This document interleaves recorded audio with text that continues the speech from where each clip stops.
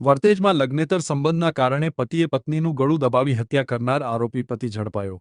ભાવનગરના વર્તેજ વિસ્તારમાં તારીખ 19 માર્ચ 2026ના રોજ ઘરકંકાસના કારણે અર્જુનસિંહ પરમારે તેની પત્નીની હત્યા કરી. અન્ય સ્ત્રી સાથે પ્રેમ સંબંધ હોવાથી તે તેને ઘરમાં રાખવા માંગતા હતા, જેનો વિરોધ કરવા બદલ પતિએ પત્ની અલ્પાબેનનું ગળું દબાવી હત્યા કરી અને હાર્ટ એટેકનું કારણ દર્શાવ્યું હતું.